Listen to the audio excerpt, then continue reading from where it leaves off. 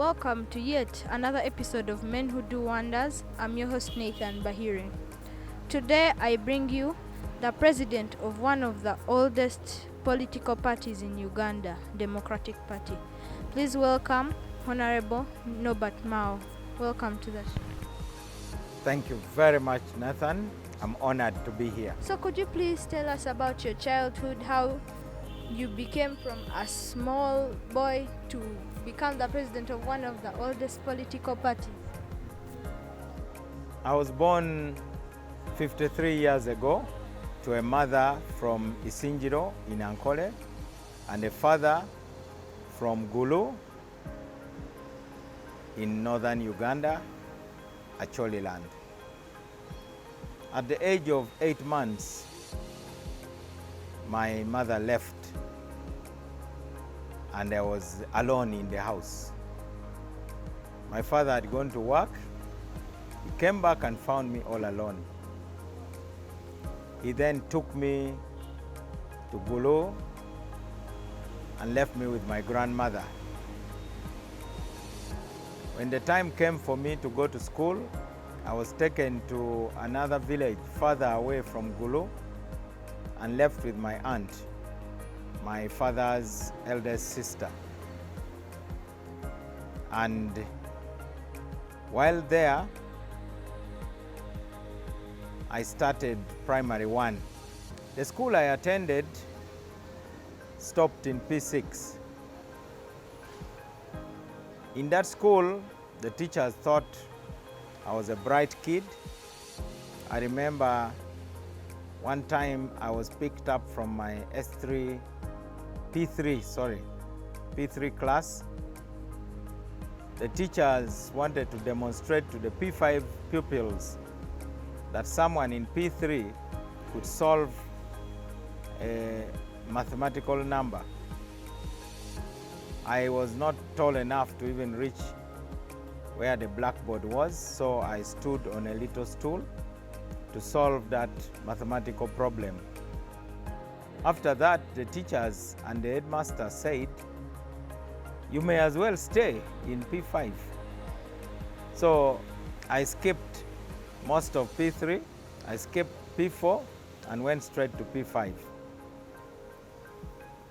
I came to do my primary 7 exams in Jinja, where my father used to work for Uganda Grain Milling Company. I loved debating, I loved to read, I loved good handwriting.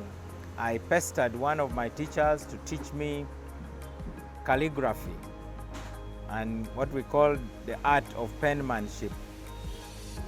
Some of the novels that inspired me are like novels like those of Tom Sawyer, Huckleberry Finn, books like Treasure Island. I also enjoyed reading the Bible. We had a happy childhood. I learned to read when I was very young, and since then I've loved to read. And I got a first grade in primary 7. Those days, you could not just walk to a school to be admitted to senior 1. The school lost my forms. So even though I had a first grade, I was not admitted anywhere. So for one full term, I stayed home. And the second term, I was taken to Wairaka College in Jinja. I studied in Wairaka for 2 years, and I thought the school would not give me what I needed. There were several issues with discipline. So I told my father I can't go on. On the day of going to school, I washed my clothes. My father told me, "Don't you know you are going to school? Why have you washed your clothes?" And I told my father, "I see no difference between being home and being in that school." So he then took me to Namilyango College. Namilyango, my first day in class, senior 3, I found some boys who told me Namilyango is for only bright boys and they are the cream of Uganda, and that they had assigned to me the last position in the class forever. until I leave the school. That provocation inspired me to read very hard. I remember copying all the notes by hand. Some of the students who didn't want to give me books, I would wait until they are going to bed, then I request for the book, and then I go back to read. I used to call it the second prep. We used to call it winter because it was very cold. Sometimes I would be stepping in a basin of cold water while working. Where we are in Jinja, we also had a good library. That's where I met characters like Mahatma Gandhi. I started reading books about how to improve my life as a man. I learned about various religions. One of the best books I read was by a preacher called T.L. Osborne. It was called You Are God's Best. I looked at my life and decided that the past cannot determine my future. I knew that I was God's best creation. And that's the attitude I went with to Namilyango. I passed Senior 4 and I was admitted back in Namilyango. I did my A-levels. In A-level, I was elected head boy. I remember my campaign manager was Pastor Sempa. He made posters, but he drew me as a stick man. And the line he wrote on the poster was "Run, Mao, run." I was able to win, and I became head boy. And I now had to read very hard in order to go to Makerere University, which was the only university in Uganda at that time. I passed. I got 18 out of 19 points. I studied literature, economics, and geography. I got an A in literature, an A in economics, a B in geography, and a distinction 1 in general paper. I was admitted in Makerere, where I was elected LC1 chairman, LC1 secretary for mass mobilization as part of the LC1 chairman's team. I was also elected the chief fresher, which meant I would lead my whole of residence to go and cheer our sports team for the whole of residence. And in Makerere, that's when I discovered other writers. I would read law, but I would also go to read philosophy. I would read inspirational writings by other authors. I started discovering some of the prominent African authors. And in my second year, I was elected president of Makerere Students Guild. After Makerere University, I wanted to be a lawyer, a practicing lawyer, so I went to Law Development Center for 1 year. After that, I applied to be a state attorney. I wasn't offered the job. I think the interviewing panel thought maybe I was not loyal enough to the government or I would be a troublemaker. I tried to be a magistrate grade 1, I didn't make it. I tried to apply for an NGO, I didn't make it. So I got a job with a private lawyer. And I used to live in a part of Kampala called Nakulabye. To save money, I would dress up in tracksuits and walk up to town, where I kept my white shirts and the suits. So I would freshen up and then put on a suit and a tie and nice shoes. And the time came to go back home, I would again wear my sneakers and tracksuit and walk with the ordinary people back home. That was my life. Unfortunately, we lost that house because we were simply keeping it for somebody. So I went to a place called Bakuli, still near Nakulabye, and there was a friend of mine who was working with the IGG's office. So he gave me his store to live in. And in the morning, I would have to roll up my mattress and put it up. It was a very small room, just enough for 2 small mattresses. So you barely had enough space. While there, I read a newspaper advertising an essay writing competition by the government of the United States. to mark the 200th anniversary of their Bill of Rights. I borrowed a typewriter and typed an essay. After some months, I was announced as one of the winners. I was given $150, probably equivalent to about $500,000 shillings, and a box of books, which I still value very much, books about the American Constitution. I was also invited to apply for a program which took me to America for 2 months. It was called the Young African Leaders Program. So for about 2 months I was in America. I toured about over 11 states in America. I came back, I had saved some money, I bought furniture, later I was able to rent a house. I even participated in the Constituent Assembly elections in 1994, which I lost. But I didn't give up, I went back. In 1996, I contested for Parliament and I won. I was about 28 years old. I was welcomed in Kampala. I announced then that I would only serve 2 terms in Parliament and leave because I want to be President of Uganda. So I won the next elections in 2001. 2005, I contested to be President of DP. I lost. Then I was elected Chairman of the local government of Gulu. And later I was elected Vice President of DP. In 2010, I again campaigned to be President of DP.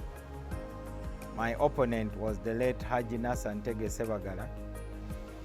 I won, so I became President of DP till now. Basically, that has been my journey. So, when I was at home, my auntie explained to me a story. You were at Makerere University and you were about to graduate. So there was this paper you were supposed to write and there were 2 students who stole your work. It is true, I had a very busy schedule as a student leader. I didn't attend many of the classes, and many people actually expected me to fail flat. There was a time I lost all my notes. I don't know whether they were stolen, I actually don't know, but they went missing.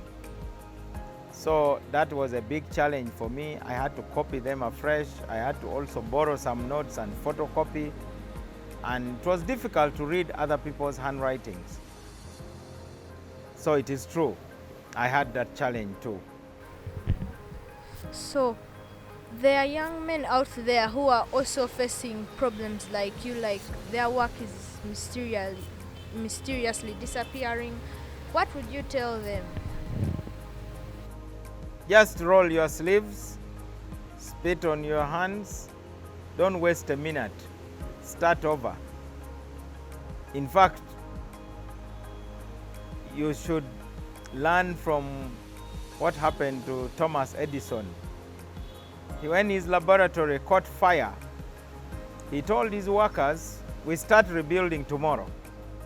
Because no matter how much I would have cried for my notes, they would not come back. So, in life you either have a choice or you don't have a choice. I didn't have a choice, the notes were gone. So, if you have a choice, choose the best. If you don't have a choice, do your best. Do the best you can. So I didn't have a choice, so I did the best I could by copying some notes and photocopying others. So sir, what do you do in your free time? Because people think you're busy, you're always on TV doing interviews. What do you do in your free time? I love reading. I love listening to music.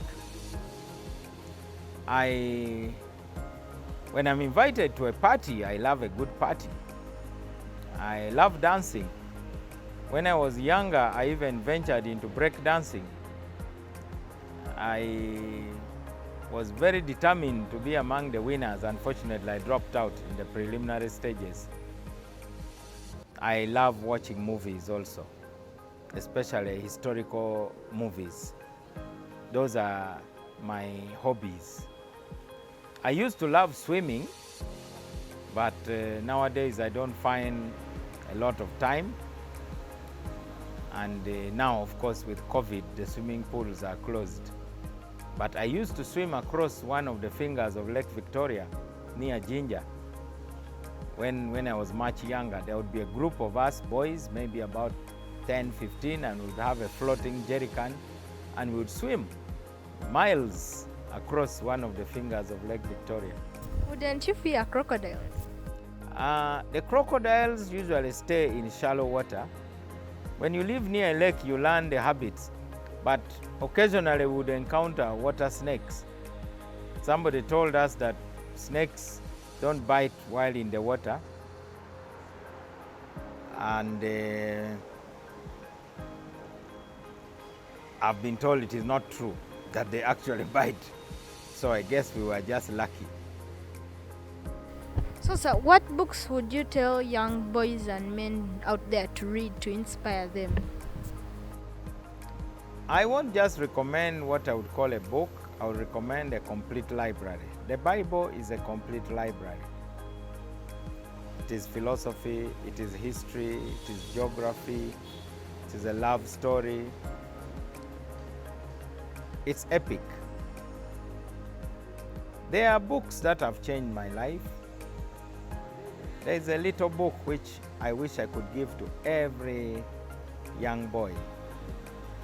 It is called A Message to Garcia. I wish I had the copyright. I would reprint. It is about developing a sense of duty and responsibility. It is about setting goals and achieving them. It is about following instructions. That is a book that changed my life. There are other books that I read for inspiration, like The Greatest Salesman in the World. I love it a lot. It teaches you how to relate to people. There is another book I read when I was in O-level. It is called How to Stop Worrying and Start Living. A lot of little boys worry about things that won't happen.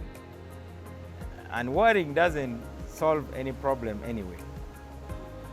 Another one by the same author, Dale Carnegie, is called How to Win Friends and Influence People. Many people live as if they are God's gift to the universe. I've discovered that you actually need to be friendly in order to make friends.